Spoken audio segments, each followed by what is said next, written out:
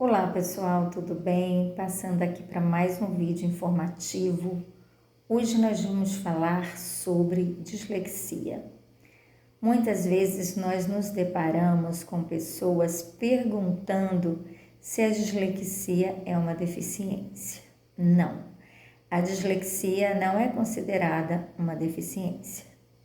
A dislexia é um transtorno neurológico que afeta a forma como o cérebro processa informações de ordem visual e auditiva.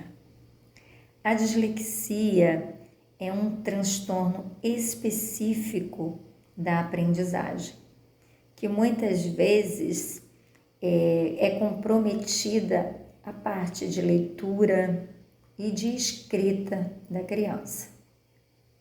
Porque uma vez que ela não consegue processar de forma adequada a leitura visual e a leitura oral, ela tem dificuldade para colocar essas informações no papel. Às vezes a criança, por não compreender os sons, por não conseguir entender as letras, de trocar fonemas, ela tem dificuldade de organizar a sua ideia e colocar no papel. Então, não é considerado uma doença. E as pessoas podem ter um suporte de psicopedagogos, de psicólogos, para amenizar a sua dificuldade. Como se trata de um transtorno de aprendizagem, precisa de suporte que faça com que essa criança consiga lidar com essa situação, com essa dificuldade. Então, normalmente a gente vai trabalhar com algumas estratégicas específicas que possa estar auxiliando essa criança.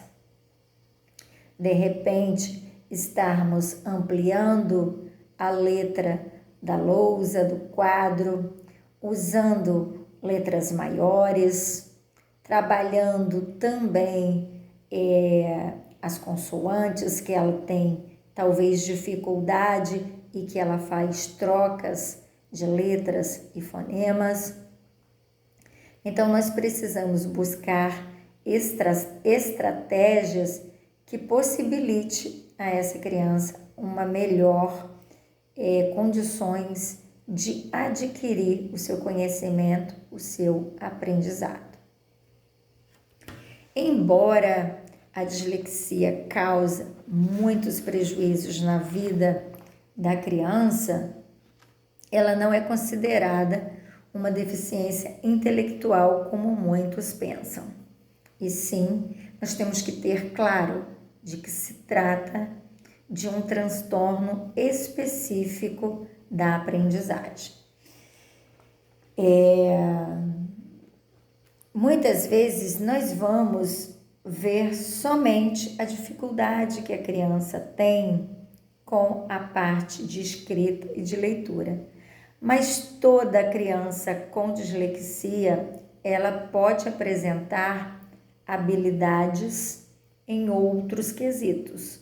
Ela pode ter dificuldade com a escrita e com a leitura, mas ela pode ser muito bom no raciocínio lógico, na resolução de problemas, na criatividade. Então, nós precisamos também aproveitar essas habilidades que a criança dislexa apresenta para a gente e trabalhar as suas dificuldades, as suas limitações. Então, nós precisamos valorizar aquilo que ela apresenta de bom, porque muitas vezes nós, quanto pais ou até mesmo quanto profissionais, nós focamos naquilo que ela precisa aperfeiçoar e deixamos de lado outras questões em que ela se sobressai tanto. Então, vamos utilizar aquilo que ela tem de melhor para trabalhar as suas dificuldades, as suas limitações. É importante que nós entendemos que por mais que nós estamos ali, às vezes forçando, essa criança vai precisar realmente de suporte, de ajuda, de acompanhamento para que ela possa vencer esses obstáculos, essas dificuldades que ela vai apresentar na questão de desenvolver a sua habilidade escrita e muitas vezes de ouvinte, porque ela pode estar entendendo os fonemas, as palavras que o professor está falando de forma inadequada. E por entender de forma inadequada, ela vai processar isso também de forma inadequada e muitas vezes terá o seu aprendizado prejudicado. Então, que você, quanto pai, você, quanto professor, possa estar atento às dificuldades que o seu aluno apresenta. E é importante também a gente ressaltar que às vezes nós focamos naquele aluno que apresenta dificuldade com a escrita e com a leitura, achando que aquele aluno tem dislexia.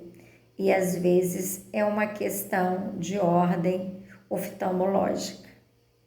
Um dia desses eu me deparei com um aluno em que todas as pessoas apontavam que era um aluno dislexo.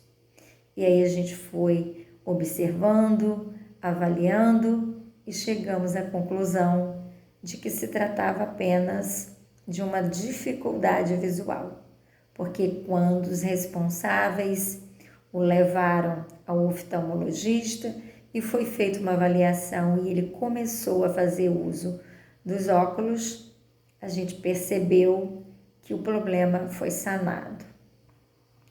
Então, antes de diagnosticar o nosso aluno como uma criança dislexa, que nós possamos tentar todas as outras opções, todos os outros caminhos, todas as outras avaliações, sugestões, encaminhamentos, para que nós tenhamos mais bagagens para estar definindo uma dificuldade ou um transtorno realmente de aprendizagem.